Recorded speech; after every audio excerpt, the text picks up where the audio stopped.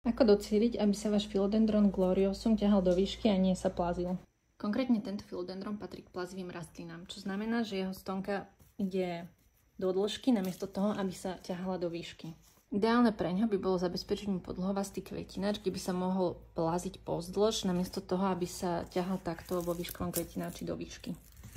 Pokiaľ ale máte výškový kvetinač a nechcete ho zmeniť alebo nemáte na to priestor, môžete mu pomôcť opornou tyčkou.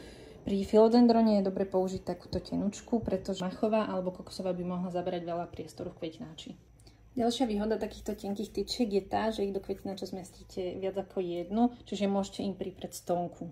Philodendron bude podopretý takto krásne vzpriamený, avšak nevýhoda je tá, že sa mu budú takto krútiť stonky, čomu sa avšak nevyhnete. Ďalší spôsob, ako docieliť mať vzpriamený Philodendron, je, aby mal dostatočné množstvo svetla, aby sa nemusel za svetlom naťahovať tak ako môj. Ďalšia vec, ktorú môžete Philodendronu zabezpečiť, je pravidelne ho otáčať, aby sa nemusel naťahovať za slnkom iba do jednej strany.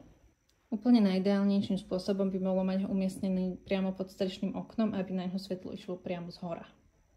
A to je všetko. Dajte vedieť, či ste skúsili a či pomohlo.